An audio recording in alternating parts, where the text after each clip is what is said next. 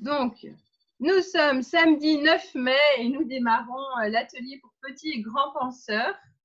Voilà, je ne sais plus au combien qu'on est rendu depuis le confinement, peut-être au 5e ou quelque chose comme ça, 6e. Voilà, donc Claire Morinière, accompagnez votre vie et plutôt l'humain au cœur de mon engagement, ces ateliers philo. J'ai un site internet, l'humain au cœur de mon engagement, où je propose toutes ces activités-là, dont yoga, brain gym, plein d'autres choses où je forme des équipes d'enseignants aussi, des fois des personnels hospitaliers et en entreprise. Donc voilà, et je suis formée pour les ateliers philo, je suis formée avec l'association Sève, Savoir-être et Vivre Ensemble, fédérée et présidée par Frédéric Lenoir. Voilà. Et donc on se retrouve tous les samedis, petits et grands, c'est intergénérationnel.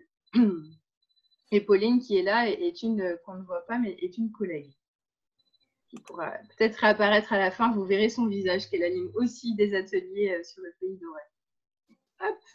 Alors, je vous propose pour démarrer, pour atterrir ensemble, je vais retourner le sablier et puis si ça fait sens pour vous, si vous préférez, vous pouvez écouter votre respiration, comment vous respirez, comment vous êtes assis là où vous êtes assis, vos pieds dans la terre. Et puis si ça vous aide, vous pouvez aussi observer le sable qui coule dans le sablier.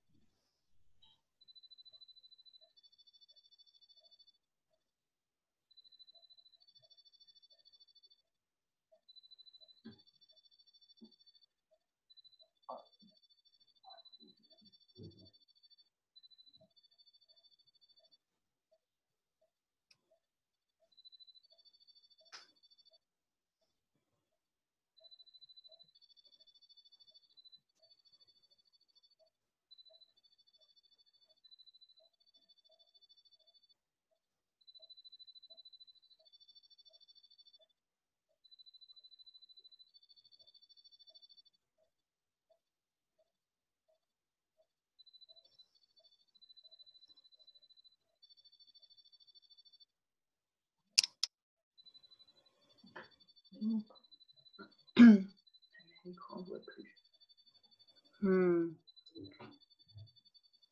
Et puis partagez comment vous vous sentez là maintenant. Est-ce que Anaï, non, c'est Lila qui a regardé le sablier de très près.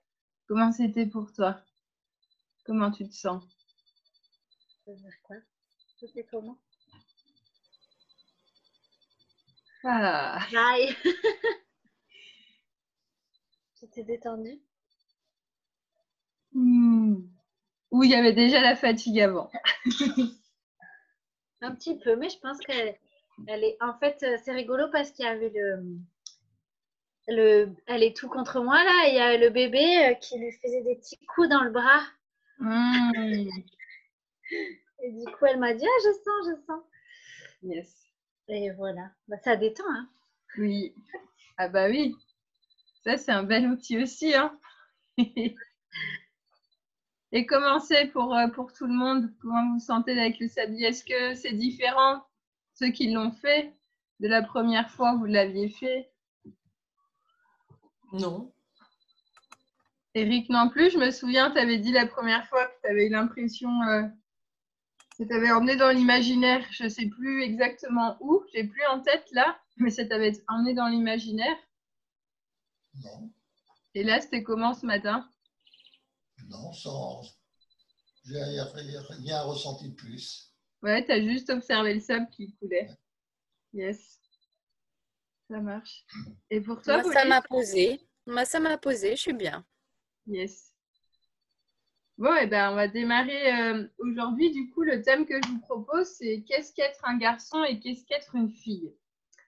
Et donc, pour ça, je vais vous partager mon écran, un extrait de Billy Elliot. Attends un peu. Alors, est-ce que la barre peut pas se déplacer? Si. Voilà. C'est là.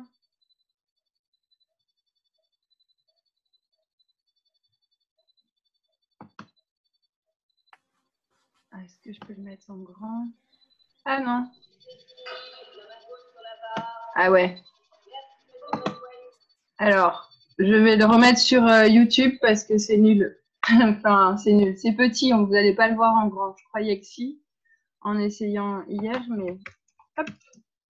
Donc, je vais le remettre en mieux que ça.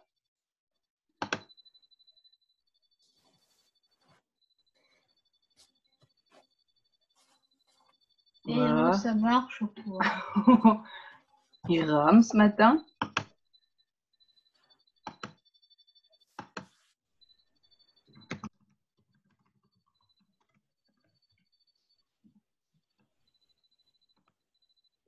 Voilà.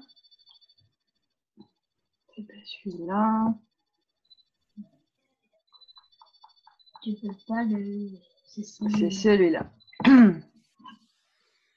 C'est en français. Oui, normalement. Hop, je le remets en grand. Je le remets au début. Voilà, c'est parti.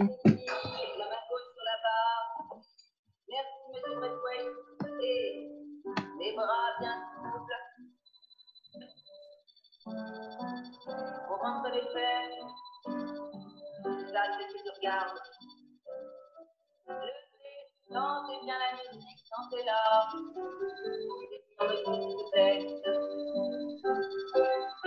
Et 1, et 2, et 3, et 4, et 5, et 6, et 7, et 8, et 1, et 2, et 3, et 4, et 5. Et on tient la position. On tient la position. Gardez l'équilibre. Ne me regardez pas, regardez droit en vous. Allons, un peu d'assurance, les filles. Et on redescend.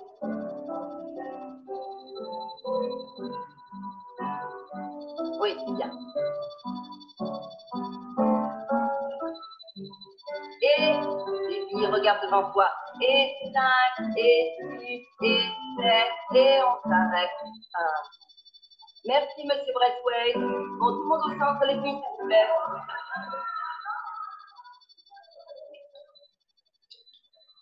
Madame? Madame, les filles? Pas maintenant, tout à l'heure.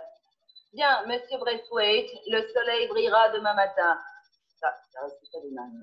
On est prêts? Bord de bras en avant et en l'air. Bord de bras en avant et on remonte. Tu peux venir avec nous? Bras bien en avant. Là, on remonte. Bord de bras bien en avant et on remonte. Et on tient. Et 3, et 4, et bébé sont bien tendus. Et 7, et 8, et 1, et 2, et 3, et 4, et 5, pas de chaussures de boxe, et 7, et 8, c'est quoi ta voiture? Madame, qu'est-ce que je fais des clés? On sort de bas.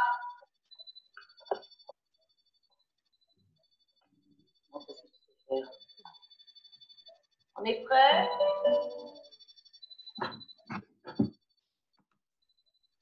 Ah, c'est fini? Ouais, l'extrait là, s'arrêter là. Du coup, voilà, vous pouvez rallumer vos micros. Peut-être déjà si vous avez envie de partager par rapport au film, à cet extrait de film. Ah, pardon, alors attendez, ça ne s'est pas arrêté là. Tac, ça y est. Voilà, moi, sur mon écran, ça continuait.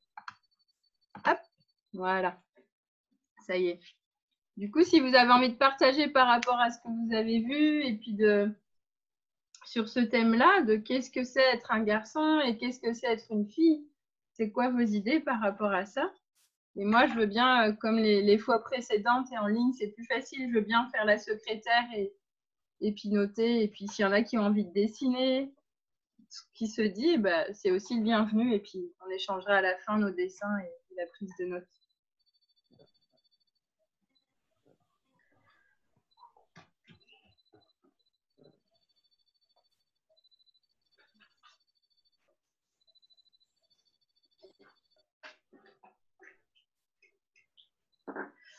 Moi, je réfléchis. Je sais pas trop. Un grand sujet, mais bon, là, on voit un extrait. Je pense que les choses ont quand même beaucoup bougé et qu'on n'a plus ce regard où la fille doit faire de la danse et le garçon doit faire de la boxe, entre parenthèses. Mais ouais, je pense que ça a quand même, je dirais peut-être pas beaucoup, mais ça a bougé quand même, selon moi.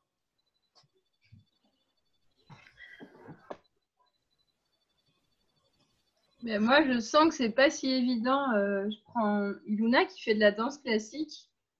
Et il y a un garçon dans le cours de danse classique qui est très bien accueilli par la communauté et des parents et des filles du cours et des enfants.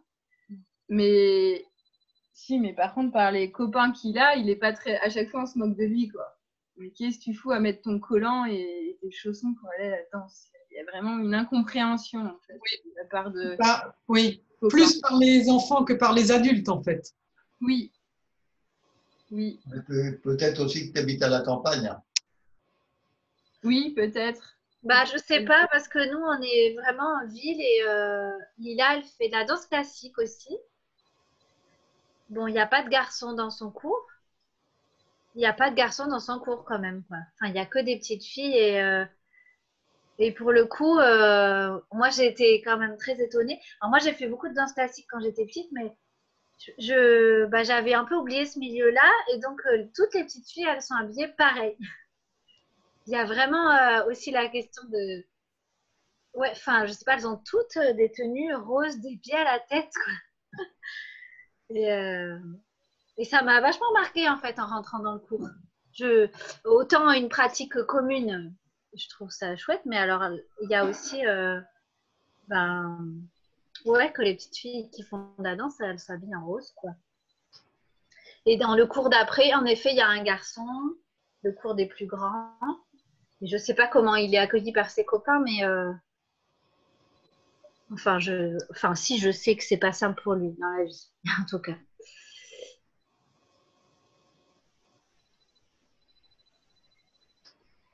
Et on le voit, c'est vrai, dans le film. Hein, j'aime bien ce plan là sur les pieds et les jambes.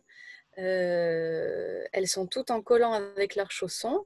Et lui a je ne sais pas d'ailleurs comment on pourrait appeler ça, ses bottes, ses guêtres bleues. Donc là, il y a une nette différence. Seul garçon, au milieu de toutes ces filles qui sont habillées et chaussées pareil, avec des petits nœuds. Et lui a ses guêtres dans cette scène-là par l'habillement. Et du coup, est-ce que ça voudrait dire, quand tu dis ça, Pauline, est-ce que être un garçon ou est-ce que être une fille, ça veut dire correspondre à une certaine manière de se vêtir ou pas? Oui, culturellement, ça questionne du coup l'aspect culturel.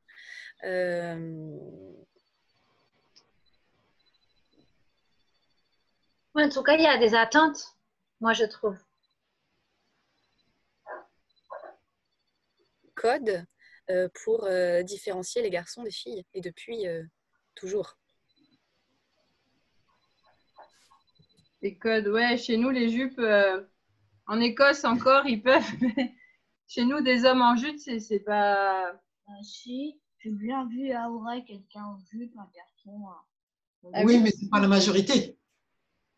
Bon, il y en avait 3 quand même habillés en jupe. Bon, moi, je dois dire que j'ai eu l'occasion de voir une fois un petit garçon. Bah, d'ailleurs, Claire, tu dois savoir peut-être de qui je parle, oui, dans l'Aude. oui. Et Et il était habillé comme une fille, en fait. Il avait quoi? 4 ans, peut-être, je sais pas. N'importe comment. Hein, 4 ans, non, Claire? Ouais, enfin bon, Ouais, à peu près. là. C'est l'âge que je lui donnais. 4 ans, et ça m'a profondément, mais alors perturbée, mais vraiment beaucoup perturbée, parce que j'avais le sentiment, enfin c'est un sentiment que j'ai eu, j'avais le sentiment en fait que sa maman, c'est comme si sa maman avait tellement voulu avoir une fille qu'elle projetait sur ce petit garçon dans des vêtements. J'avais l'impression que c'était pas lui, quoi, que c'était et ça m'a fait mal pour le petit garçon, parce que je me suis dit c'est le sentiment que j'ai eu, quoi, vraiment même un malaise, quoi, face à ce petit garçon, que je me disais, est-ce qu'on lui fait pas jouer un rôle que lui, il n'a pas vraiment décidé, en fait. J'avais l'impression que c'était l'inverse, que la mère avait vraiment envie. Alors, je sais pas, est-ce que c'était de la provocation? Je sais pas, j'ai pas réussi à comprendre, mais j'étais très mal à l'aise pour le petit garçon, quoi. Et ça montre bien à quel point il y a des codes en fait. Et que quand on rentre pas dans des codes, ton interprétation de ça a été ça. Alors qu'en fait, nous, on les côtoyait beaucoup, beaucoup, beaucoup. Et ce petit garçon-là, en l'occurrence, il était beaucoup entouré de femmes autour de lui. Et il a eu toute une période où il avait besoin de s'habiller en femme. Et après, en grandissant, il a changé. Il y a toute une période où il avait besoin d'être en jupe, de mettre du vernis, de se maquiller, de tester tout ça. Et ça parle de... Ça amène la notion d'identité sexuelle à travers aussi le vêtement. Et à partir de quel âge l'identité sexuelle se forge? Est-ce qu'on a besoin de ressembler, correspondre au code d'être un garçon pour dire qu'on est un garçon? Ou est-ce que être un garçon, c'est ailleurs que ça se situe que dans les vêtements et l'apparence? C'est des vraies questions. Est-ce que être garçon, est-ce que être une fille, c'est au-delà de comment on s'habille, au-delà de ce à quoi on ressemble? C'est très récent au niveau de la loi, hein, mais quand je dis très récent, c'est 10-20 ans, genre max, qu'on a autorisé au niveau de la loi. Ça fait bien longtemps qu'on met des pantalons, les femmes, mais qu'au niveau de la loi, c'est autorisé qu'on mette des pantalons. C'est très, très, très récent. Et du coup, voilà, c'est comment on est conditionné et qu'est-ce qu'à l'intérieur de nous, qu'est-ce que ça serait être un garçon et une fille au-delà de ce conditionnement. Oui, parce que là, tu parles de... Enfin, là, on est en train de parler de tout ce qui est culturel, parce que les codes d'habillement sont différents d'un pays à un autre. Je veux dire, l'identité sexuelle par rapport à des codes vestimentaires sont différents d'une culture à une autre, d'un pays à un autre, et en plus ne sont pas figés, ça évolue avec le temps. Il y a une époque où c'était les hommes qui se maquillaient plus que les femmes. Oui. Donc le maquillage, en fait, n'est pas forcément associé à la femme. Ça dépend de l'époque, ça dépend de la culture. Mais du coup, ça questionne plus, comme tu disais, Claire, qu'est-ce qui fait qu'on se sent garçon ou qu'on se sent fille à l'intérieur de nous, au-delà de tous ces aspects extérieurs.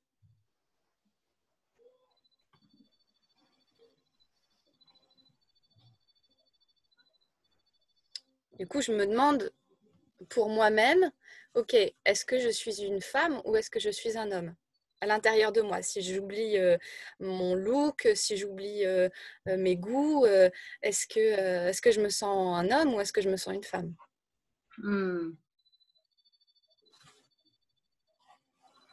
Je pense qu'on doit avoir un petit peu, des deux, parce que je pense que des fois, on voit chez l'homme, on arrive chez certains hommes à ressentir la fibre féminine un peu.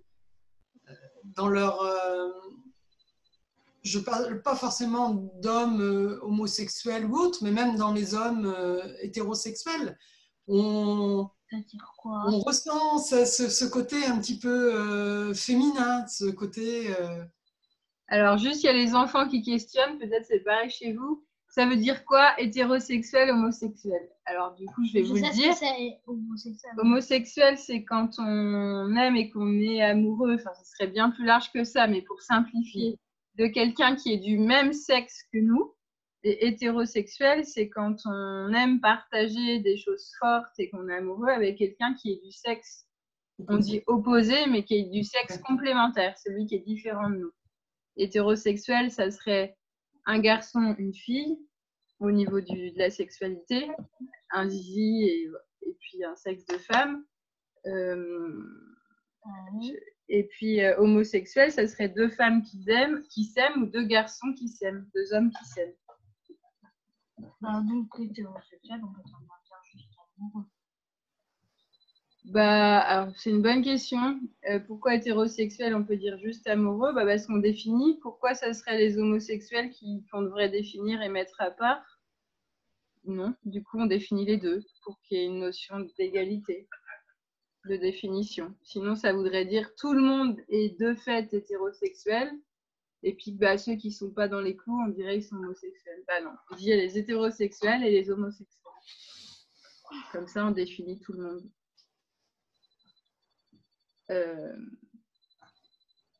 Et donc, Evelyne, tu partageais que oui, par rapport à qu'est-ce qui fait que je me sens un homme ou une femme, et toi, tu disais, bah, on peut sentir un peu les deux.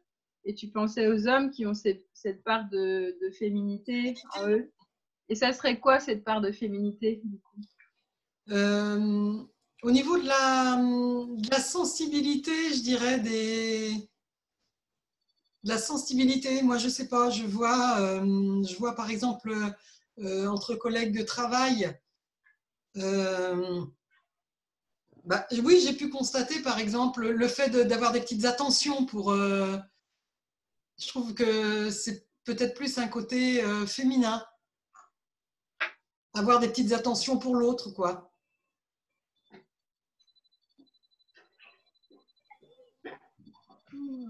Alors, est-ce qu'il y en a qui sont d'accord avec ça ou qui veulent partager autre chose? Est-ce qu'avoir des petites attentions pour l'autre, est-ce qu'être sensible, est-ce que ça fait partie d'être une fille?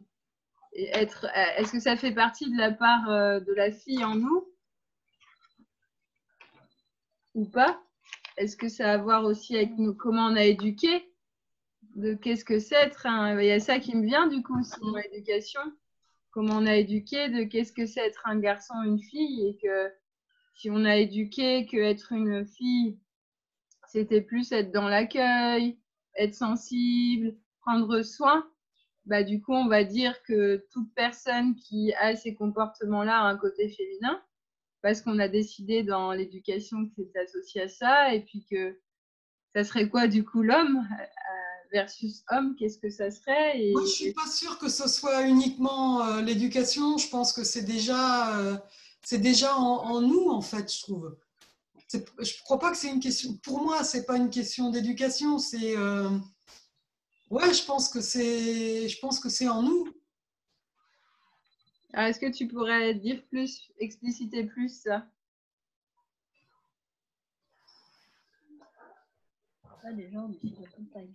Non, pour moi, non, je ne sais pas comment l'expliquer. C'est vraiment à l'intérieur de nous, quoi. Moi, je vois bien des fois certains hommes qui ont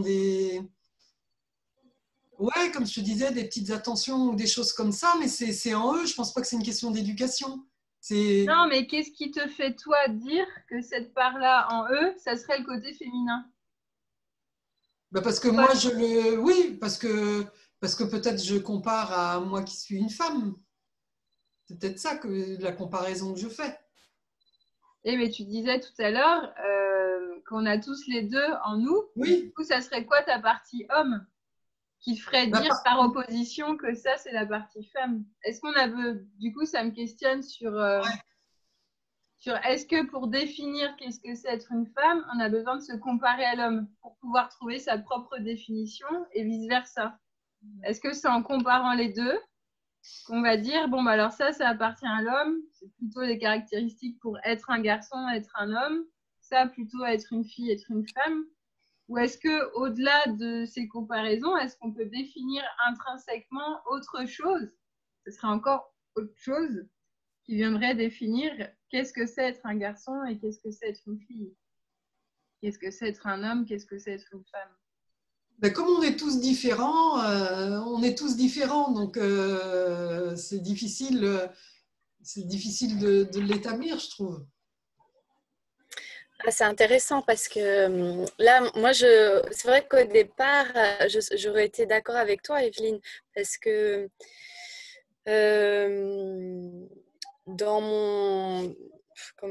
dans mes lectures, dans ce que j'apprends, donc dans ma culture que je me construis au fur et à mesure, j'apprends de plus en plus que on a effectivement en nous ces deux parts qui sont duels en fait, le féminin et le masculin, le garçon et la fille, de par la génétique. Et de par nos capacités cérébrales aussi. On a deux parties au niveau, enfin on a plus que deux parties, mais on différencie le cerveau droit du cerveau gauche dans notre développement. Si je ne me trompe pas, le cerveau droit est lié à tout ce qui est intuitif, émotionnel, réceptif, sensible, donc et rationnel, c'est associé au féminin. Et on a le cerveau gauche qui est plutôt le côté rationnel, pragmatique, méthodique, réfléchi, qui est associé au masculin. Donc, on a bien deux parts, deux dualités. Et effectivement, pour rejoindre ce que tu disais, Claire, ça pose quand même la question de c'est fou que ces associations féminin-masculin, puisque là, c'est vraiment culturel, qui a dit que c'était cette partie du cerveau est associée au féminin et l'autre partie au masculin, je ne sais pas. Mais c'est vrai qu'il y a toujours une sorte de dualité, de confrontation, de comparaison entre les deux, comme si en fait il y avait une complémentarité à trouver par la confrontation des deux, mais que ça ne pouvait pas jamais se ressembler. Comme s'il y avait forcément une contradiction, des différences.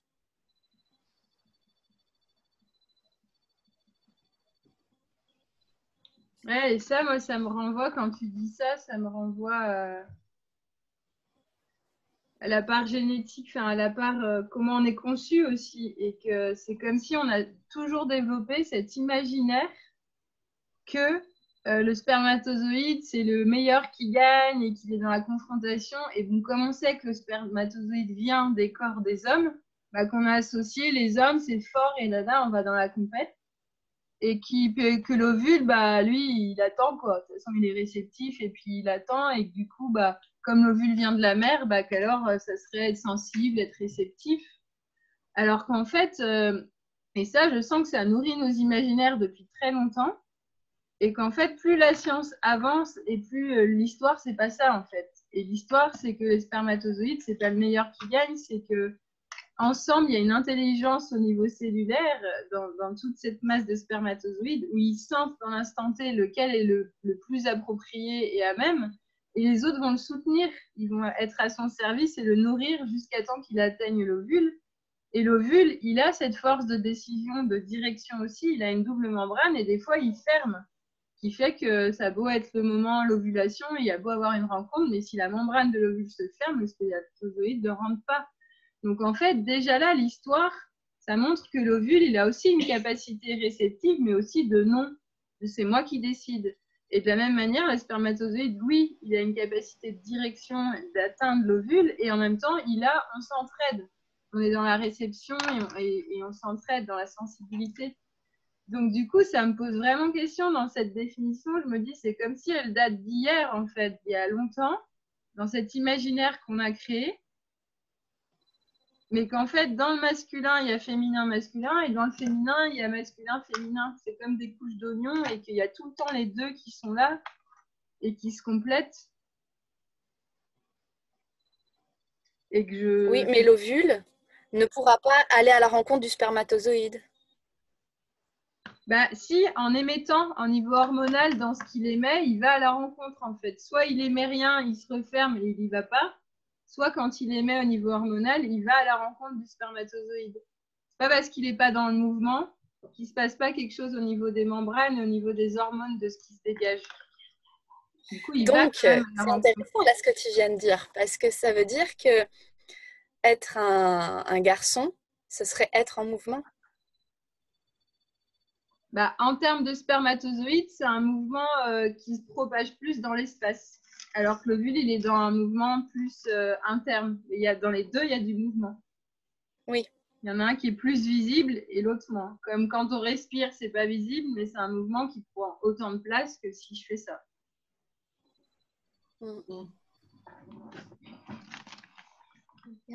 Ben, moi, je trouve ça super intéressant parce que ça fait revenir à la question, c'est quoi être un garçon, être une fille, ou c'est quoi, enfin, qui est pour moi très différent de c'est quoi se sentir un garçon et se sentir une fille. Et du coup, je trouve qu'on a des différences qui sont très claires au niveau physique, au niveau de notre corps. On n'est pas pareil, on n'est pas formé pareil, on n'a pas les mêmes organes sexuels, on n'a pas les mêmes muscles. Enfin, en tout cas, il me semble que les hommes, ils développent de la masse musculaire plus que nous, plus que les femmes. Du coup, il y a des vraies différences. Les hommes ne peuvent pas porter de bébé et les femmes, oui. Du coup, moi, ça me paraît super important, cette différence-là, et de l'énoncer aux enfants, par exemple. De dire, bah oui, toi, tu es une fille, ou toi, tu es un garçon. Même si on peut les laisser rêver ce qu'ils veulent, mais à un moment donné, je trouve qu'il y a un élément de réalité. Oui. Et après, ça ne veut pas dire qu'on n'a pas le droit de se sentir plus autre chose que ce qu'on est dans notre corps. Mais sauf s'il y a des choses, des anomalies, enfin des anomalies entre guillemets, hein, parce que je ne sais pas si c'est des anomalies, mais chromosomiques, mais sinon, on est fille ou on est garçon. Et je trouve que, je sais pas, ça me paraît important. Et puis aussi, moi, je distingue la féminité qui serait quelque chose de un peu superficiel, qui serait, je sais pas moi, qui serait plus culturel, du coup, peut-être pas superficiel, mais plus culturel. Par exemple, les filles ont les cheveux longs, je sais pas, les filles se maquillent, tout ça. Et les qualités du féminin, du coup, qui sont peut-être culturelles, hein, comme vous dites, mais qui moi, j'associe plus à de la réceptivité, de la douceur peut-être, ou la capacité d'attente. Et ce qui m'empêche pas de sentir des fois d'être plus dans quelque chose de que moi j'appellerais du masculin, mais de direct, d'autoritaire, d'autorité, plutôt d'autorité en termes positifs. Hein. Et l'autorité qui m'arrive parfois. Après, moi, avant cette discussion, en tout cas, après, je ne sais pas trop comment on va sortir, mais je me sens plus dans des qualités du féminin dans mon quotidien et dans mon être. Voilà. Mais je travaille à trouver la complémentarité à l'intérieur. À l'extérieur aussi, mais à l'intérieur. Vas-y, Luna, tu voulais dire quelque chose? C'est par rapport aux cheveux des gens qui utilisent pour moi. Vas-y, dis plus fort. Tu veux dire quoi? Bah, ça correspond aux cheveux. De quoi? Oh. Tu veux pas dire? Je te dis que les filles, elles ont plus de cheveux longs. Alors, Luna, elle dit oui, c'est quand même vrai que les filles, souvent, elles ont plus les cheveux longs dans nos cultures. Si on prend les Kogi en Amérique, tu te souviens, on avait vu un documentaire, les hommes ont les cheveux longs, aussi longs que les femmes.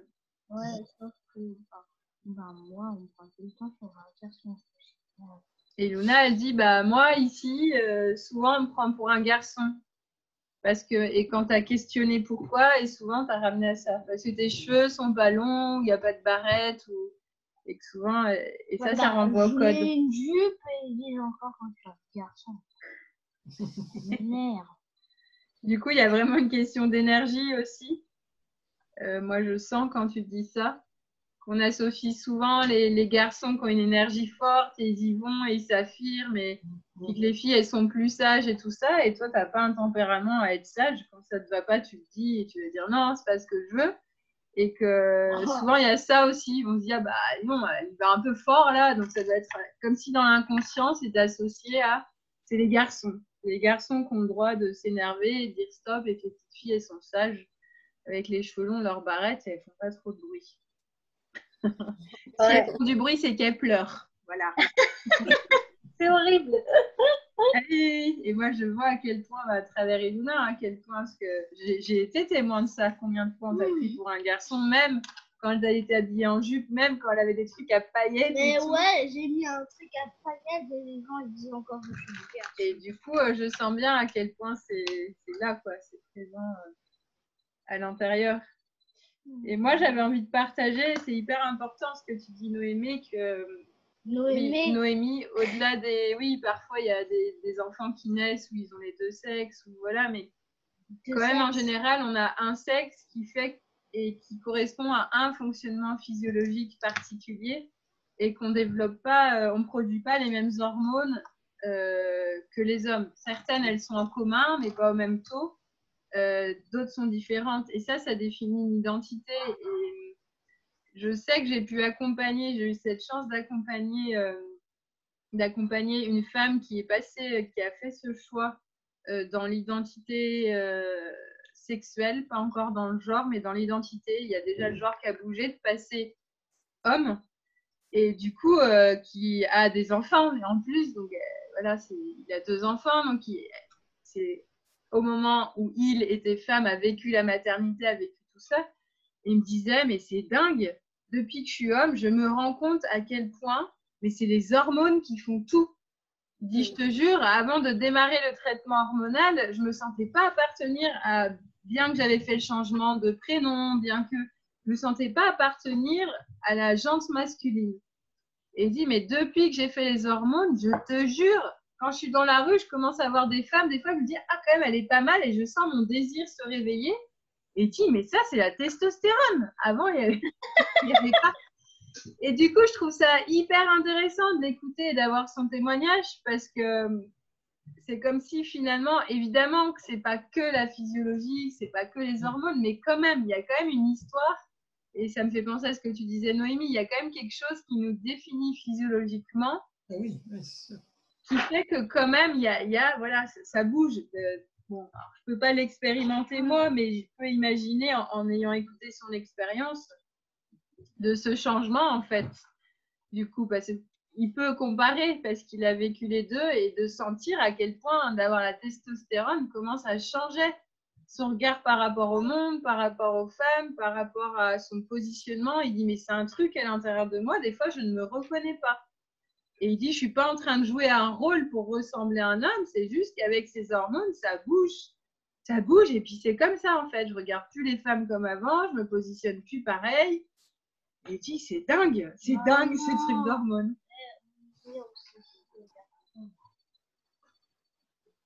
Vas-y, dis. Alors, il y a Iluna qui dit, on est du verbe être ou du verbe naître? Alors, Iluna, elle dit, on est du verbe naître, garçon et fille.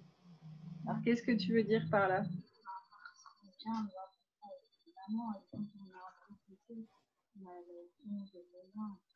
Alors, elle dit, on est garçon et fille parce qu'on vient du papa et d'une maman. Et donc, on a un peu les deux, le yin et le yang. Non, parce que quand tu disais que les filles étaient plus... Comment ça s'appelle? Ils faisaient pas de bruit, les filles, elles disaient quoi? Elles faisaient pas de bruit, elles s'énervaient, et donc on a un peu de tout pour tout, je trouve. Et elle dit, Iluna, tu peux pas te rapprocher des fois? Ouais, on n'entend pas du coup. T'as pas envie ce matin? Donc, je répète pour elle, du coup.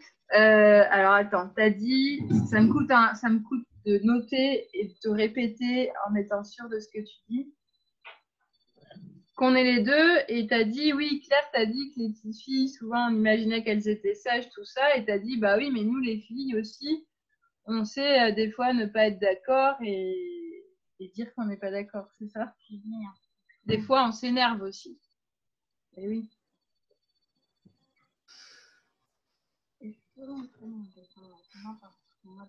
Et donc, encore une fois, c'est culturel pour une fille de ne pas s'énerver, parce qu'en fait, on est tout à fait capable de le faire. Naturellement, on peut dire comme l'ovule, stop, ou on met des limites, et ça, c'est pas une caractéristique garçon-fille, c'est une caractéristique culturelle garçon-fille. Oui. Pour moi, c'est évident. Hein. Je ne sais pas si vous avez fait le test, mais moi, j'ai fait le test une fois parce que on m'avait fait remarquer que des fois, je pouvais m'énerver. J'ai un côté où, voilà, quand je m'énerve, je m'énerve.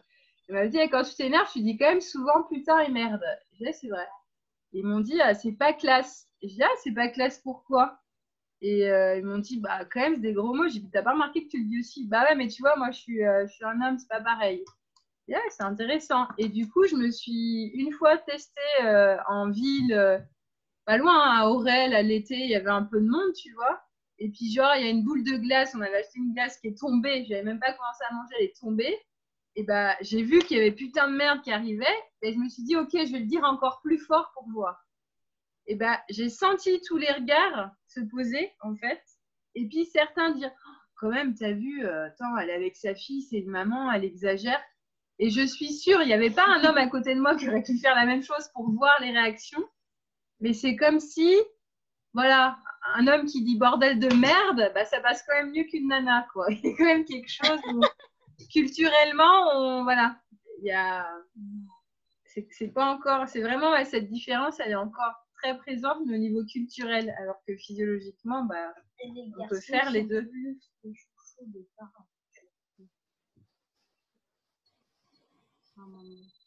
Et alors, il y a Iluna qui dit, vas-y, c'est intéressant. Les garçons sont plus les chouchous des parents. Et puis c'est vrai. Hein. Iluna, elle dit qu'elle observe que souvent les garçons sont plus les chouchous des parents. Et alors, est-ce que tu peux développer? C'est quoi ton expérience? Pourquoi tu dis ça? Oui, les parents, on était en fait. Les chouchous.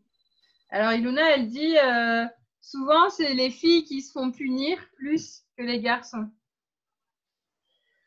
Bah, nous, on vous dira. Bah oui. Et Anaï, elle a dit, bah, si c'est ça, moi, j'habite plus ici. Hein.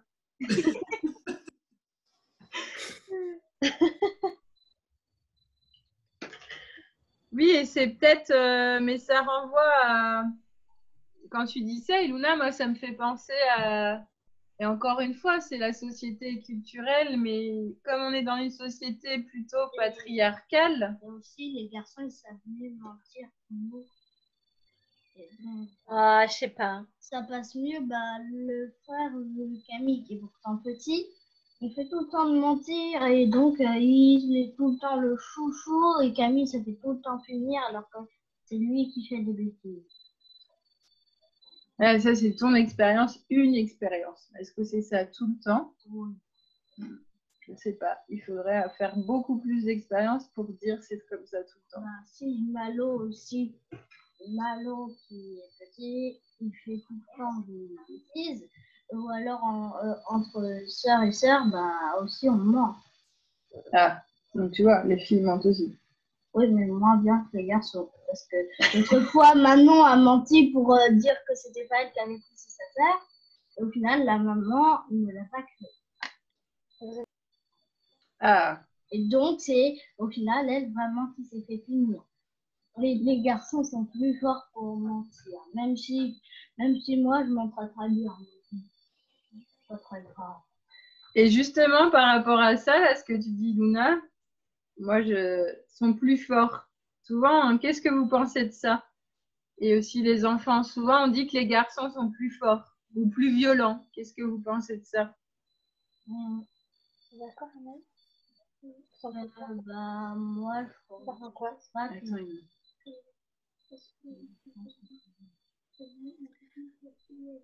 Alors, moi, je pense que c'est pas vrai. Je suis pas d'accord avec ça parce que des fois, c'est arrivé que je rencontre des garçons qui soient moins forts physiquement que moi. Par exemple, des fois, j'ai fait de la randonnée avec des garçons et en fait, ils fatiguaient plus et ils avaient du mal à porter leur sac à dos alors que moi, j'ai un dos très musclé et j'arrive à porter des choses lourdes longtemps. Et pourtant, j'ai tous les attributs physiques d'une fille. Et Anaï a dit que elle, alors ça va un peu dans les deux sens, c'est-à-dire elle trouve que les garçons, ils sont plus forts parce qu'ils ont plus de muscles, par contre que les filles, elles sont plus endurantes, qu'elles tiennent plus longtemps. Anaï a dit ça. Elle a lu dans un livre en plus. Plus de muscles et les filles plus endurantes. Ouais. Et puis moi, je trouve pas. Pose la question de la différence entre la force physique, donc musculaire, et la force du mental. Tout à fait. Oui. Et puis moi, je trouve pas que les garçons soient plus forts.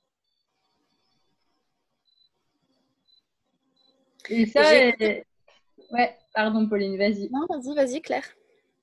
Ça, physiologiquement, il y a aussi un truc, je sais plus c'est quelle hormone, mais on produit plus d'endorphines que les hommes. Parce que physiologiquement, avec la naissance, on a besoin d'en produire plus. Donc, en fait, elles vont plus vite se déclencher, même quand il n'y a pas la naissance, même quand il n'y a pas ça. Et notre corps est dans cette capacité-là qui fait qu'on peut endurer une douleur beaucoup plus longue, en fait, qu'un homme, qui produise moins d'endorphines. Du coup, c'est intéressant, quoi, de voir que la physiologie, elle fait quand même beaucoup de choses, quand même. Tout est et à c'est sa chouette juste dans place. ce que tu... Oui, pardon, vas-y Evelyne. Je disais, tout est à sa juste place. Ouais. C'est ça qui est intéressant, c'est de voir que quelle que soit notre identité sexuelle, on n'a pas à se sentir supérieur ou inférieur parce qu'en fait, dans toutes nos caractéristiques, on a nos forces et nos fragilités dans les deux cas, qu'on soit garçon ou fille, et qu'en fait, ça questionne plus la confiance, quelle que soit notre identité sexuelle, la confiance en soi.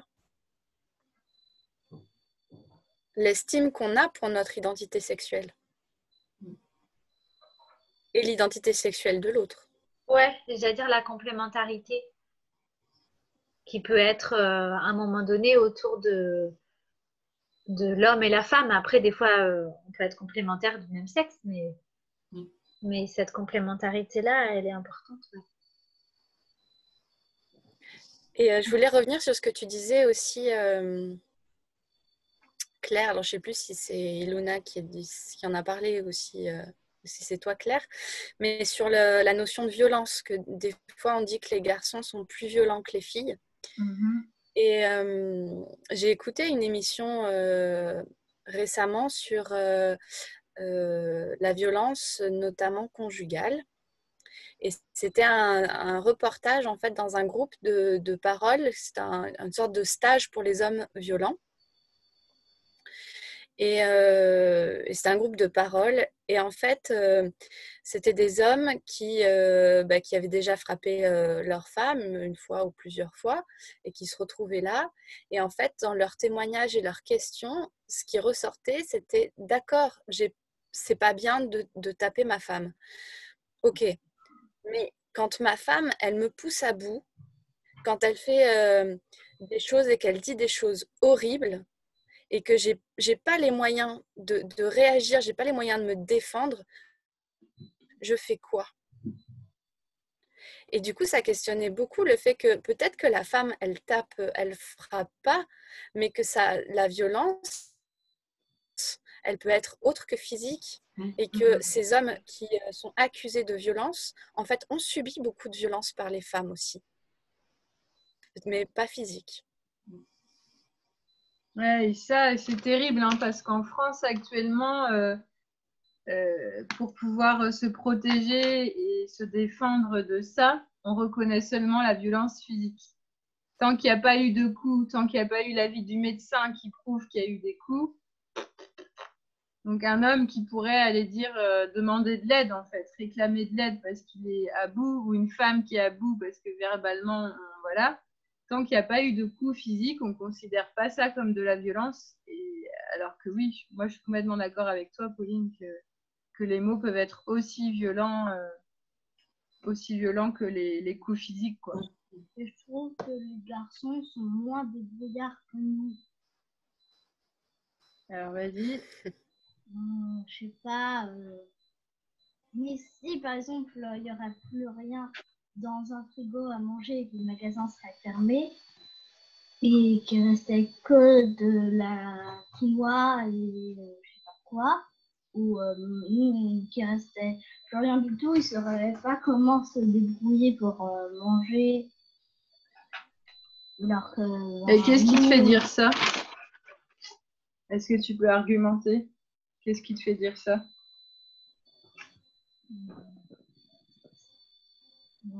Je sais pas comment.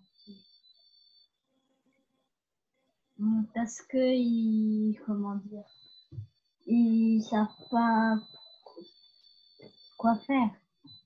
Et pourquoi tu penses ça? Qu'est-ce qui te fait dire ça? Je sais pas comment expliquer. Il n'y aurait pas une déformation, je me questionne, hein. Comme c'est ma fille, comme elle vit avec moi, qu'il n'y a pas d'homme à la maison, que comme elle me voit tout faire, de réparer la porte, à réparer la voiture, à faire les vidanges et puis m'occuper des gens et à manger. Non. Parce que moi, si je prends un voisin que tu connais aussi, Richard, qui est pas loin, je le vois comme quelqu'un de débrouillard. Ouais, aussi. surtout que pour faire une maison, mais après pour. Non, son pas, jardin, il a planté. Bah, s'il n'y avait rien à manger, il serait pas planté. Si, parce qu'il est autonome. Moi, je suis pas d'accord avec toi. Je dirais pas que les femmes sont plus débrouillards, que je dirais que ça, c'est quelque chose qui est au-delà d'être un garçon ou une fille. Que c'est quelque chose qu'on a à l'intérieur de nous parce qu'on est resté connecté au vivant, ou ça s'apprend. Il y en a qui l'apprennent parce qu'ils l'ont perdu. Mais pour moi, c'est pas associé à être un garçon ou être une fille. Non, c'est plus là le développement de l'autonomie Oui. dont on parle. Et alors moi, il y a autre chose sur laquelle je voulais revenir, c'est cette distinction, si on peut la faire, entre l'identité sexuelle et le genre sexuel. On a parlé beaucoup de l'identité sexuelle. Et est-ce que ça serait différent du genre sexuel?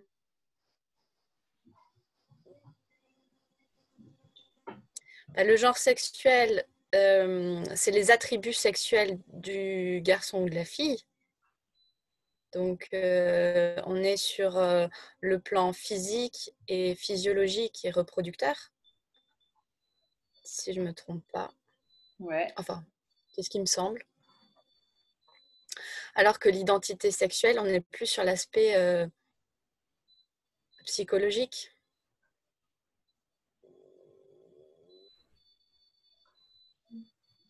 Et du coup, ça, moi aussi, je trouve c'est important de le distinguer parce que ce qui va faire dire sur le point de vue du genre sexuel, je suis un garçon ou je suis une fille, c'est les attributs, la physiologie.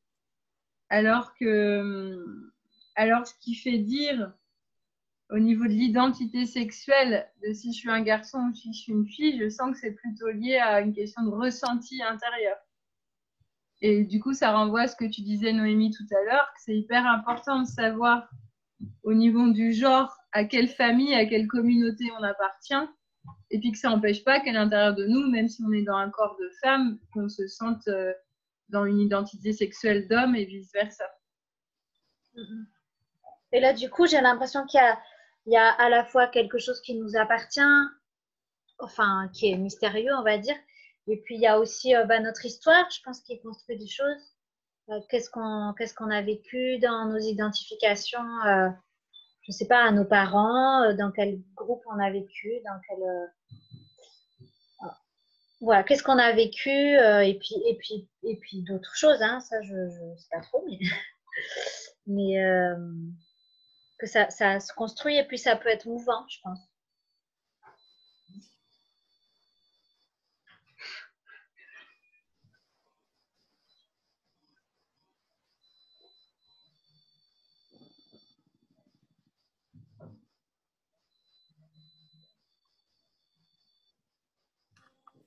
Ouais, je trouve ça chouette d'entendre ça. Je pense à des parents qui pourraient avoir des enfants qui sont homosexuels et qui se disent j'ai loupé un truc ou j'ai tous ces trucs-là souvent qui sont associés et de se dire bah de bien distinguer les deux quoi. Bah non, j'ai eu un fils par exemple et il appartient à la gente masculine par son genre sexuel et son identité, par son histoire, par ses expériences. Voilà, fait qu'il se définit peut-être toujours homme, mais qu'il est attiré par autre chose au niveau hormonal que les femmes. Et comme tu dis, c'est en mouvement et c'est pas figé.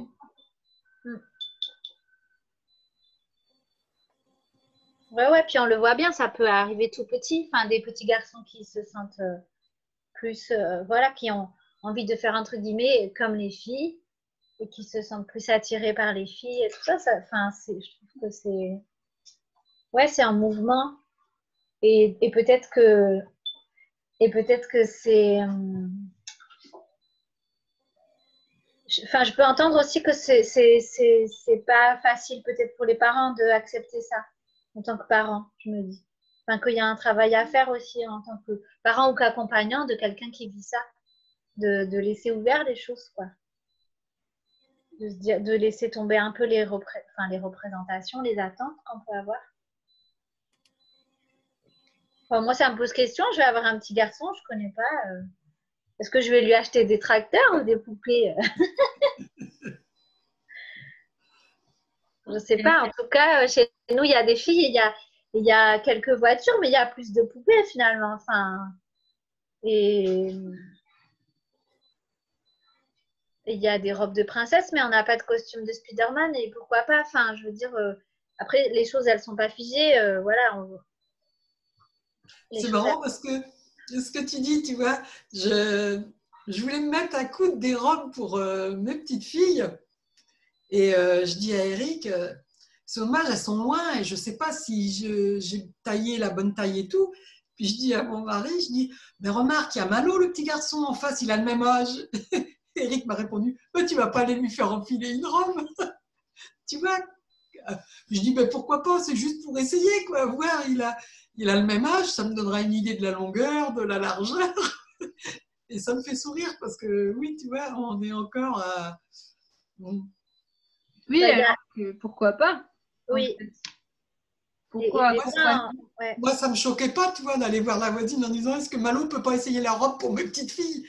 Mais Eric me dit, ben, Malo, il voudra pas, quoi. C'est un petit garçon, il voudra pas. Je dis, bah, oui, je sais pas. Tu vois? Et peut-être qu'il voudra. Il y a qu'en allant voir que c'est souvent nous, les adultes, qui nous mettons des barrières et des freins. Comme tu disais, hein, le poupée et le tracteur, quoi. Combien d'enfants à Noël, parce qu'ils sont un garçon, vont avoir un tracteur, une voiture, le puzzle encore avec tracteur, voiture. Et puis les filles vont avoir la robe de princesse, la couronne, le puzzle. Et à aucun moment, sans prendre le temps, au-delà du genre sexuel, du coup, de se questionner sur l'identité sexuelle de la personne au sens sexuel, au sens sensuel, gustatif. Qu'est-ce que la personne aime au-delà de son genre sexuel? Et peut-être, il y a des petites filles, elles adorent bricoler. Elles rêveraient d'avoir une caisse à outils avec un marteau, une vis, des vis et tout ça, et une planche. Et puis des garçons qui rêveraient d'avoir voilà, la grande couronne de princesse, les paillettes. Et du coup, je trouve que ça nous demande en effet de voir d'où on vient en termes du bagage qu'on porte culturellement pour laisser ouvert cet espace d'expression au-delà de notre genre, d'être un garçon ou une fille, d'être un homme ou une femme, de voir là maintenant, parce que ce qui nous attire au niveau de l'identité sexuelle, ça bouge, c'est en mouvement et ça demande de prendre le temps de la rencontre. De prendre le temps de rencontrer nos enfants, les adultes qu'on côtoie et qu'est-ce qui leur plaît. Et peut-être qu'un homme, ce dont il a besoin pour son anniversaire, là, il en parle ou quand on discute, ça revient, bah, ce serait de se faire masser, en fait. Et peut-être qu'une femme, ce dont elle aurait besoin, c'est d'acheter une perceuse, qu'elle n'arrête pas de parler, qu'elle fait des trous dans le mur et qu'elle n'arrive pas à mettre son putain de cadre. bah, peut-être elle serait super contente d'avoir une visseuse dévisseuse sans fil. Et Je suis d'accord, moi, j'en ai une, c'est génial. C'est la mienne. Mais c'est exactement ça, parce que pour illustrer ce que tu dis, Claire, moi je suis très princesse, j'adore m'habiller avec des robes, j'adore tout ce qui est très féminin, mais le plus beau cadeau qu'on m'ait fait de toute ma vie, c'est une perceuse visseuse. J'adore ce truc-là, j'adore visser des trucs, faire des trous partout, j'adore.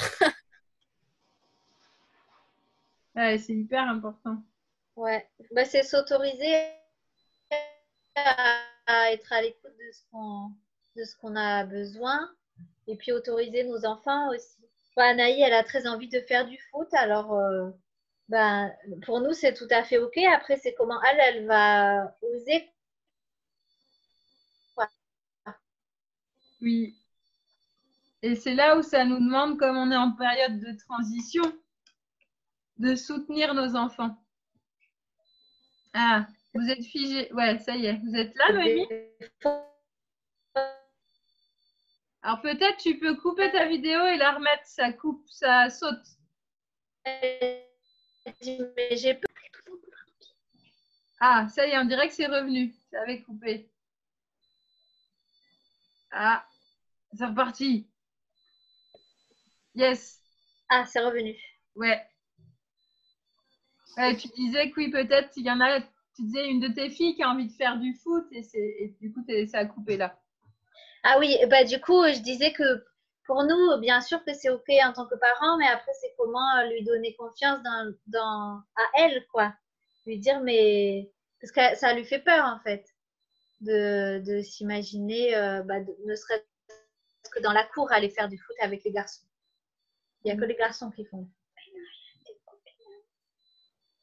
Elle dit non, il y a des copines. Oui, mais des fois, tu dis, j'aimerais bien, mais c'est pas facile, quoi, de sortir de ce qu'on attend de nous.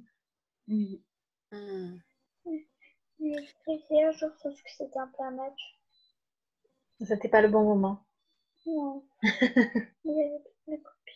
Enfin, pas toutes, mais avec quelque chose. Bah voilà, ça peut prendre du temps de s'autoriser à faire ce qu'on est, à être ce qu'on est, quoi. Ouais, et puis ça demande, comme il y a tellement ce poids encore culturel, ça demande nous, les adultes qui ouvrons ces espaces, de les encourager. Et puis nous, comment on leur montre l'exemple. Moi, ça m'est arrivé, même si j'en avais pas envie plus, mais je sentais que oui, c'était possible.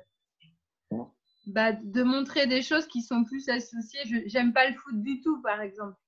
Mais quand Iluna, avec elle 5 ans, elle voulait faire du foot, et ben, avant d'envoyer un message au réseau Nonsco pour savoir qui faisait du foot en ce moment pour qu'elle puisse se joindre, ben, on allait au stade en bas, là, à 8 km de là où j'habitais, dans une petite vallée, on allait en bas au stade.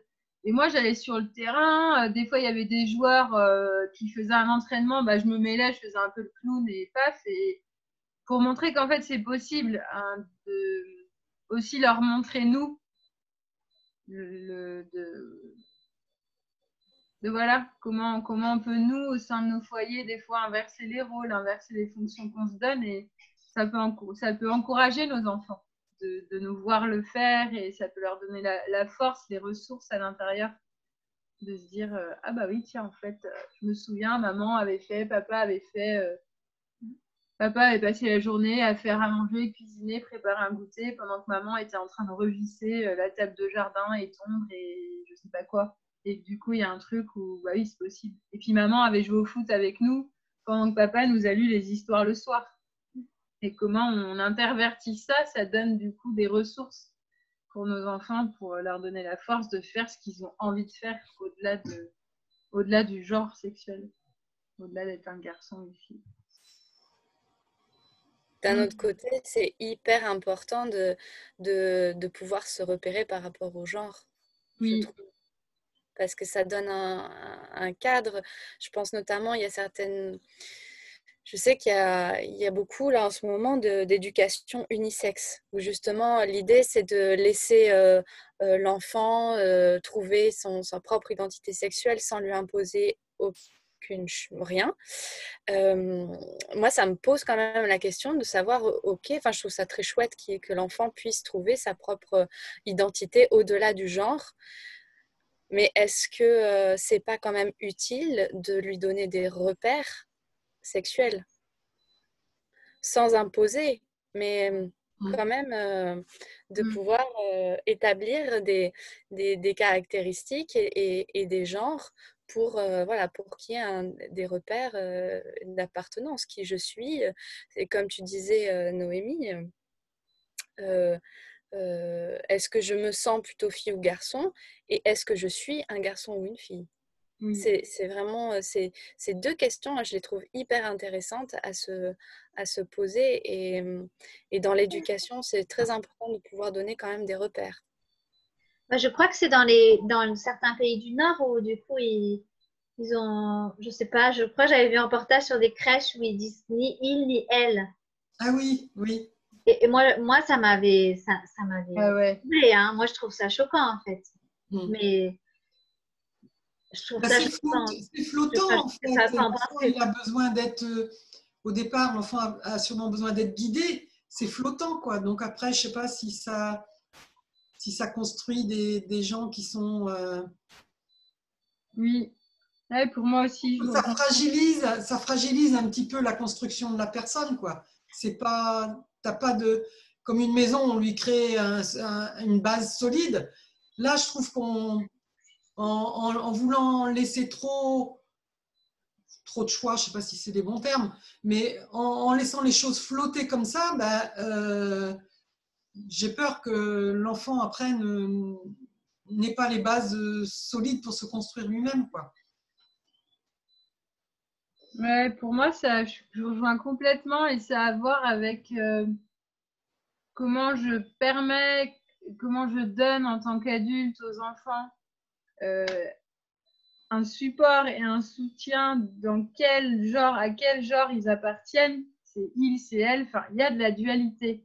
Moi, quand j'entends ces éducations ou unisexe et tout ça, là, ce que tu dis, ce que tu partages, Pauline, et puis là, avec Noémie en Suède, je me dis, c'est comme s'il y a un refus de la physiologie. Enfin, je veux dire, on est complémentaires, mais il y a le soleil, il y a la lune, il y a le jour, il y a la nuit, il y a l'hiver, il y a l'été, il y a l'homme, il y a la femme. Enfin, c'est comme ça.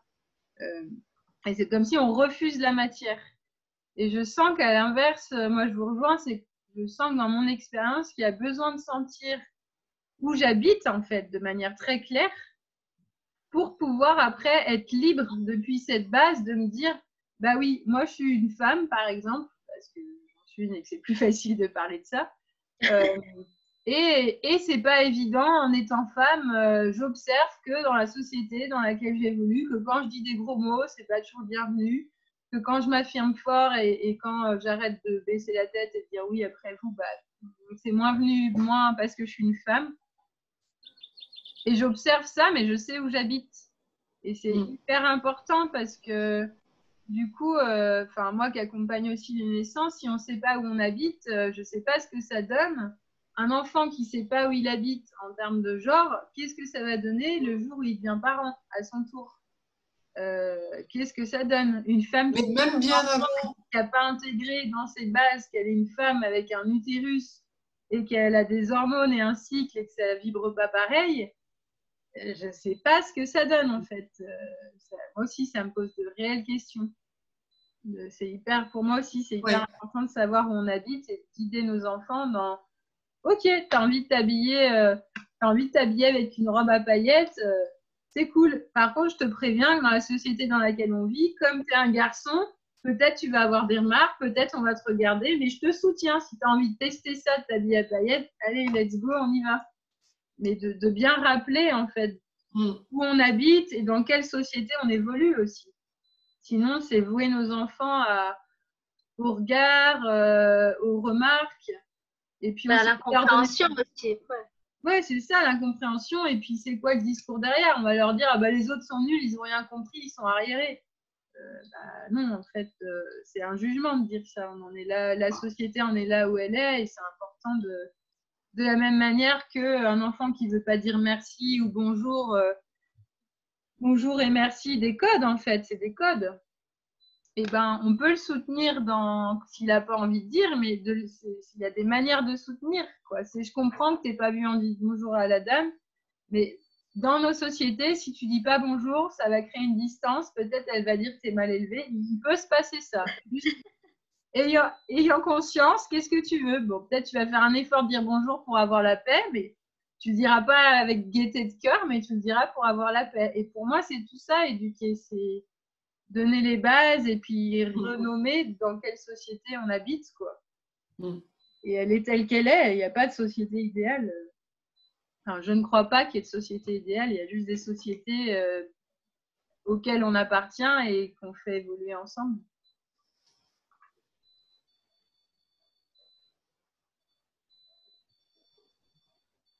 Hop.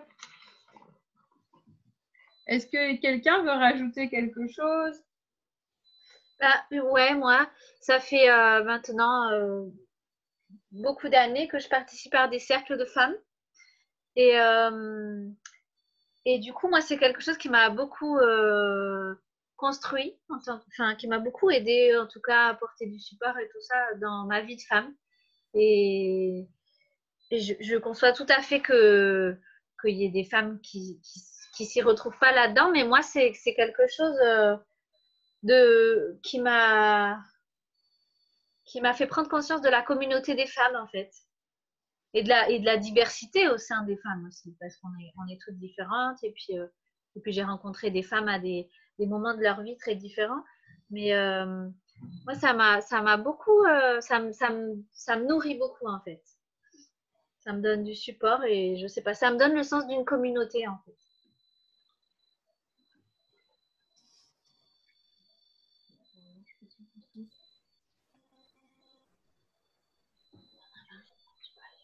Je voulais peut-être ajouter aussi quelque chose. J'ai lu quelque part, je me demande si c'est pas Jung qui a écrit ça, parce qu'il a beaucoup écrit sur les archétypes masculins, féminins notamment. Et en fait, on serait attiré sexuellement par ce qui est déjà en nous, mais qui n'est pas exprimé. Donc, ça rejoint en fait les notions qu'on a abordées sur notamment hétérosexualité ou homosexualité, sur l'identité sexuelle, sur le genre, en fait sur le fait qu'on est le masculin et le féminin, le garçon et la fille en nous, mais pas en proportion pareille selon les individus et exprimé de manière différente selon les individus aussi. C'est-à-dire qu'on a le potentiel en nous, mais ça ne s'exprime pas forcément toujours de la même façon. Et on va être attiré par quelqu'un ou quelque chose qui complète en fait ce qui est exprimé en nous. Je ne sais pas si je suis très claire. Ouais, si. Enfin, pour moi, c'est clair. Ouais.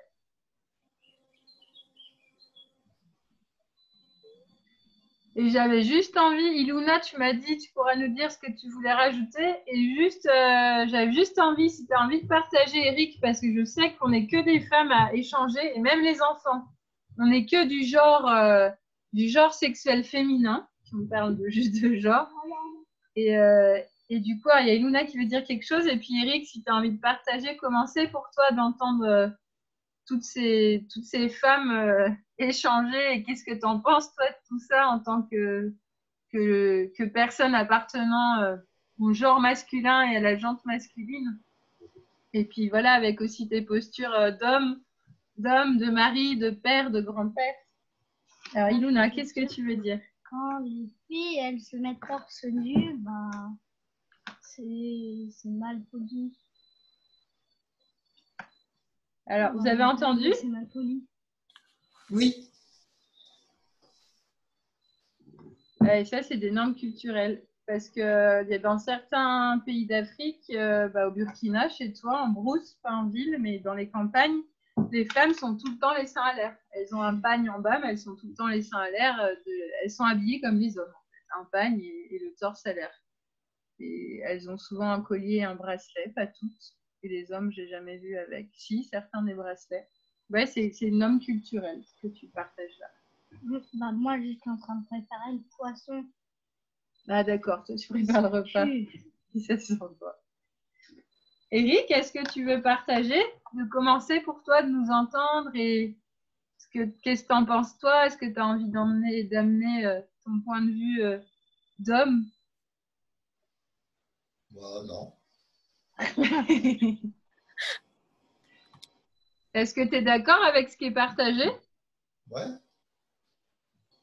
Et toi, est-ce que toi qui as été élevé en tant que garçon d'une autre génération, mais tu as une sœur aussi, du coup, est-ce que tu as... Bon, après, vous avez beaucoup d'écart d'âge, donc vous n'avez pas passé peut-être beaucoup de temps ensemble enfant, mais est-ce que tu as senti qu'on t'éduquait de manière différente, toi, homme, que elle, femme? Bah, moi, ça, je ne peux pas vraiment dire parce que quand moi je suis parti de la maison, Chantal avait 2 ans, tu vois. Hmm. Moi, je suis parti, j'avais 11 ans comme pensionnaire à l'internat. Hmm. Donc, moi, je rentrais le samedi après-midi, je repartais le lundi matin, tu vois. Donc, Et les week-ends, quand tu étais là, quand vous étiez tous ensemble, est-ce que tu sentais que c'était différent parce que moi, j'ai pas cette expérience. Comme on est que des filles à la maison, j'ai une sœur, j'ai une fille. Du coup, il faudrait que je demande à Clémentine ou toi, après Noémie, quand il sera là, de commencer. Est-ce qu'on éduque différemment un garçon d'une fille? Alors, moi, je pourrais peut-être Ah te ben parler. oui, toi, ben oui, il y a ton frère, c'est vrai. Oui, je pourrais peut-être te parler de cette expérience-là. Dans ma famille, j'ai 2 sœurs et j'ai un frère. Et, et ma foi, mon frère partageait. On a beaucoup d'écart, on a 11 ans d'écart. Mais quand il a grandi, on avait l'habitude d'aider ma maman après le repas, faire la vaisselle, nettoyer et tout. Mon petit frère a été habitué et bah oui, il passait le chiffon sur les escaliers après manger. Il avait sa tâche ménagère à faire et bah, on se posait pas la question, c'était comme ça quoi. Pas parce que c'était un garçon que il n'aurait pas eu sa part de corvée à faire. Ouais, toi, du coup, t'as vécu, en tout cas dans ton expérience, qu'il a été Oui, éduqué de la même manière. oui. ben après, ça dépend de l'éducation des parents. Oui, justement, ouais. Hmm. Et toi, c'était différent, Eric, du coup? Bah, moi, j'ai pas prêté attention à ça, tu vois. Et là, avec du recul, est-ce que tu sens que tu aurais des choses, le fait qu'on parle de ça, est-ce que tu sens qu'il y a des choses qui ont été différentes? Non. Yes. Bah, Est-ce que quelqu'un va encore ajouter? Puis je vous propose sinon qu'on s'arrête là. Je vous relis un peu ce qu'on s'est dit. Parce que je me souviens de la semaine dernière où les enfants ont dit ça fait long, c'était plus long que la fois Oui. d'avant, ils avaient faim. Donc voilà, là je vois qu'il est 12h20, donc je vois que toi tu as commencé à faire à manger. Je vois que chez Noémie, je les vois moins les filles, donc je me dis qu'il y a des estomacs qui mais doivent moi, être je pas loin. peux montrer mes dessins pour que Ouais. j'aille finir ma. Alors Yuna montre ses dessins. Ah oui. Et ça. Ah oui, très bien. Chouette. C'est un garçon et une fille, c'est ça? Yes. Et Anaï, elle a fait ça. Le Ah, sablier. le sablier, Ah. méditation. Magnifique. Le sablier. Ouais. Ok. Ah, Et super. Lila, elle a fait un dessin, mais elle est partie. Je ne vais pas le montrer, mais elle a fait un dessin de. C'est quoi? C'est une fille, je crois. Ou elle s'est dessinée, je ne sais pas. Hmm. Tu veux montrer ton dessin? Tu veux voir ton dessin? Je peux le montrer. C'est quoi que tu as dessiné? Elle a fait une peinture. Ah oui. Waouh. Ah, les muscles. Est-ce que c'est les muscles, le bras droit du personnage? Ah, je ne sais pas, elle est partie. À un moment donné, elle a parlé des muscles. Je sais pas. Ah, yes. Ah oui.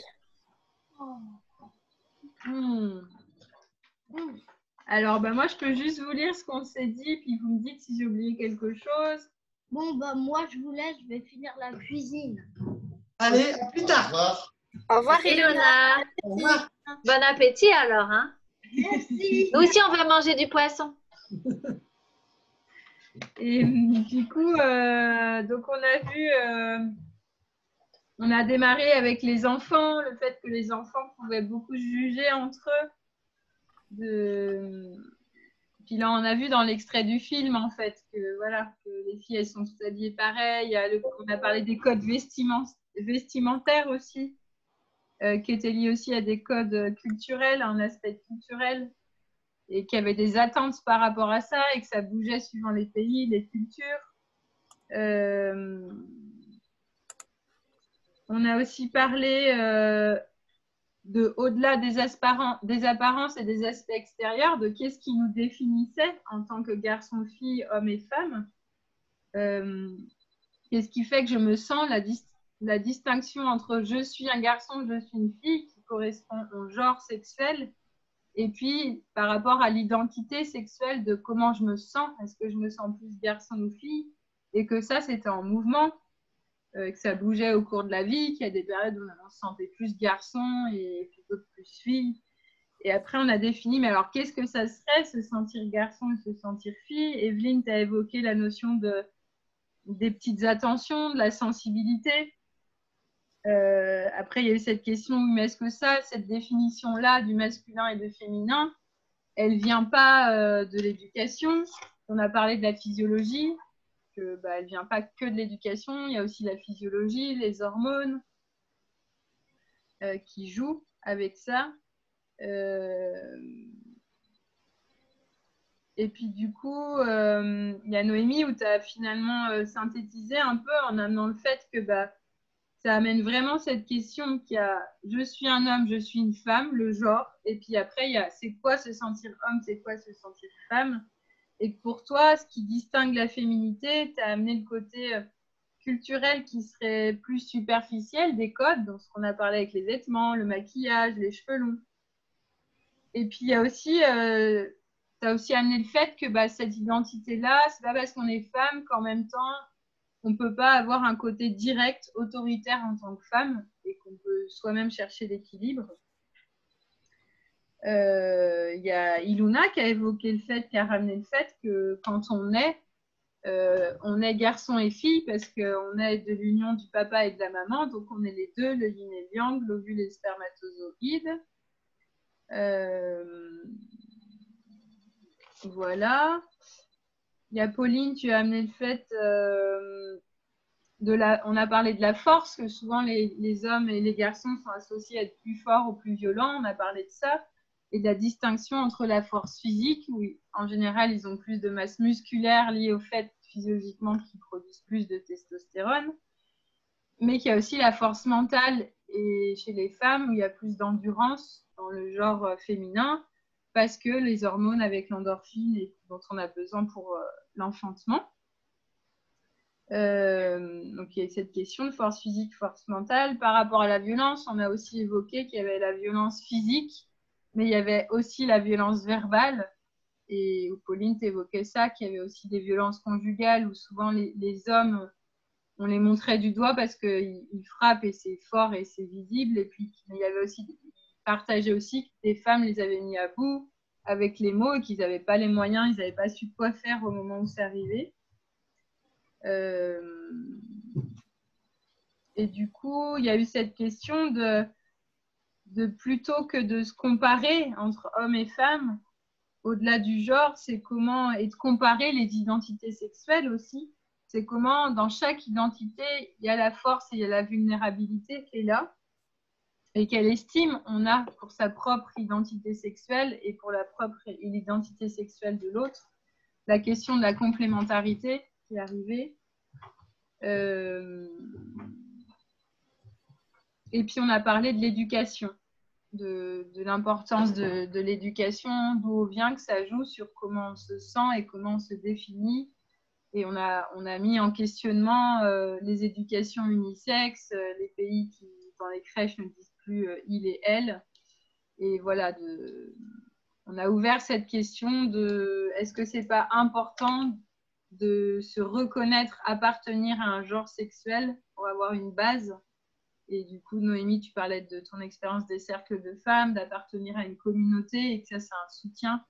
Et qu'à partir de là, on peut aussi soutenir nos enfants dans leur mouvement au travers de leur identité sexuelle, de j'ai envie de jouer au foot même si je suis une fille, j'ai peut-être envie de faire de la danse si je suis un garçon. Et de questionner en tout cas peut-être cette nécessité de transmettre qu'on appartient à un genre. Voilà.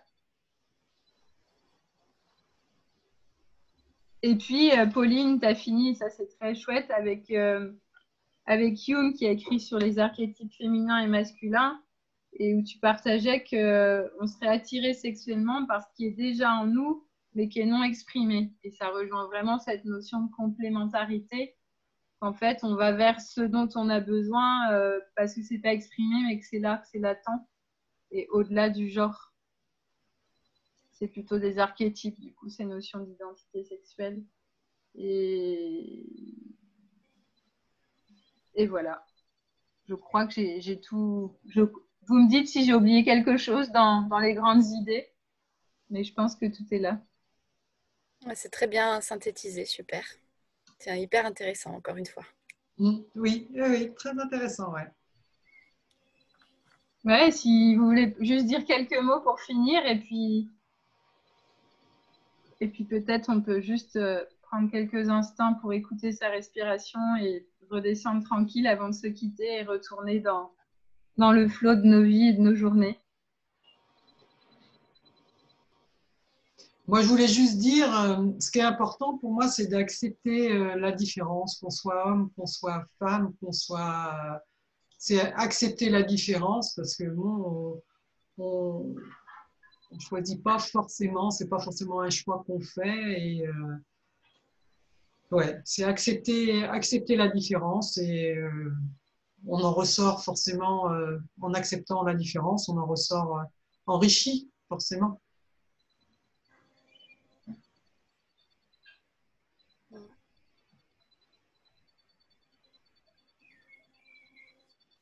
Qu'on a vu les dessins des enfants. Est-ce que Noémie, tu veux partager quelque chose de comment c'était pour toi aujourd'hui? Ouais, moi, ça m'a permis de nommer un peu plus précisément comment dire, ouais, enfin, les différences entre le genre, l'identité,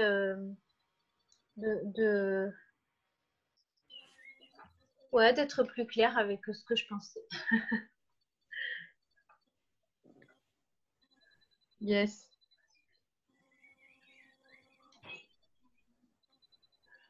Eric, tu veux partager comment c'était pour toi aujourd'hui? J'ai écouté, tu vois. Ouais, mais comment c'était d'écouter, comment tu te sens après avoir entendu tous ces partages et d'avoir été présent? Moi, c'est des questions que je me pose pas, tu vois. On est Ouais. garçon et puis de l'autre côté, on est fille, et puis voilà. Et là, tu repars avec quoi? Est-ce que tu sens que ça t'a ouvert des pistes d'exploration, le fait qu'on se questionne avec ça? Non, moi, je reste sur mes idées. Alors, ça serait quoi tes idées? On est garçon, et puis de l'autre côté, on est fille. Ouais, ça, c'est le genre, c'est ce qu'on a défini par le genre sexuel. C'est pareil, tu vois. Et est-ce que pour toi, ça te paraît bizarre, un garçon il est garçon, qui, comme là, le film, a envie de faire de la danse? Non, Ok. chacun a ses idées, chacun fait ce qu'il a envie de faire. Ok.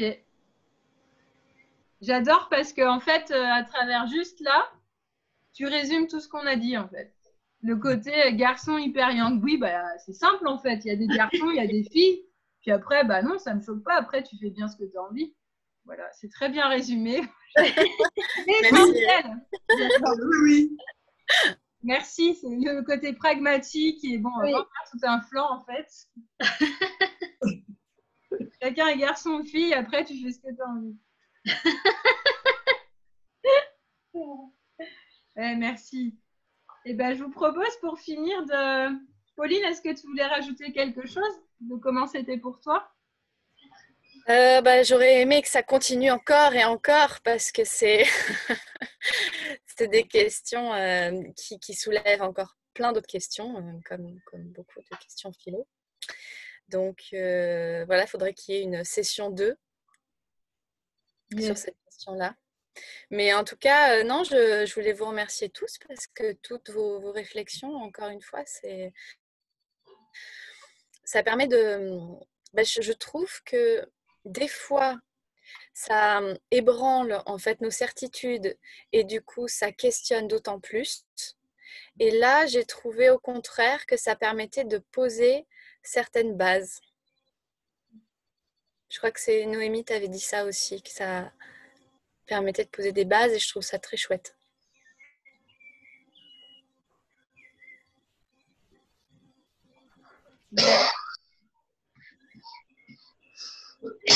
Moi aussi, j'ai bien aimé partager.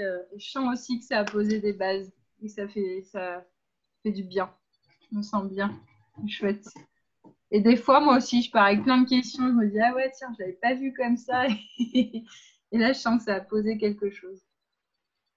Et ben, je vous propose pour juste terminer, et juste une petite minute, de revenir à vous si vous avez envie de fermer vos yeux ou d'avoir un regard vers le bas. Et puis ceux qui ont envie, je vais remettre le sablier. Sinon, d'écouter votre respiration, de prendre le temps de revenir à vous dans quelque chose de plus tranquille qui vient se déposer, peut-être comme le sable qui tombe dans le sablier, qui vient se déposer. Laissez les pensées, peut-être les questions, venir se déposer. Et puis écoutez tranquillement votre respiration. Comment elle est? Est-ce qu'elle est rapide ou tranquille?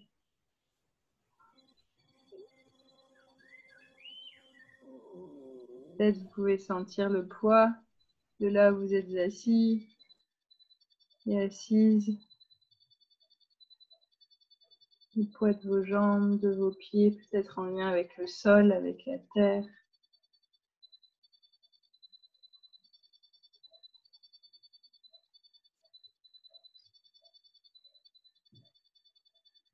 Puis tranquillement, vous pourrez ouvrir les yeux, vous étirer si vous avez besoin. Et merci encore à vous tous. C'est vraiment, j'adore ces samedis matins. C'est mon petit, les petites paillettes du samedi matin, quoi. J'adore. D'avoir les enfants et tout, je trouve ça. Toute la semaine, j'anime des ateliers, c'est des adultes. Et c'est aussi très riche, ça me nourrit énormément. Mais c'est pas mais. Et j'attends toujours le samedi. Voilà, j'adore. Il y a le samedi qui arrive, les enfants qui sont là, je sais pas, l'ambiance du week-end quand même qui perdure. Ouais. Oui. Même s'il y a un petit rythme. Le rythme du samedi, retrouver les. Ouais. C'est ça. Et merci, vraiment, j'apprécie ces moments-là. Au revoir tout le monde. Ouais, bon appétit. Ouais. Bonne journée. Oh, super. Oh, c'est joli. Waouh. Yeah. C'est ton t-shirt, Claire, non? Ah, c'est ça. Ah bah oui. Il est trop beau ton t-shirt. Génial. J'avais jamais pensé qu'il aurait pu finir en peinture. J'adore. Alors, il y a Iluna qui vient vite voir le dessin. Comme ça. Regarde. Waouh, c'est trop beau. T'as vu? Hop. Je fais un gros rayure. Ouais. Merci. Ouais, Bonne semaine à tout le monde. Ouais, merci aussi. Oui, bon appétit, à très bientôt. Ouais. Bon appétit. Salut, salut. Bisous à Tam. Ouais, quand il reviendra. Ciao, ciao.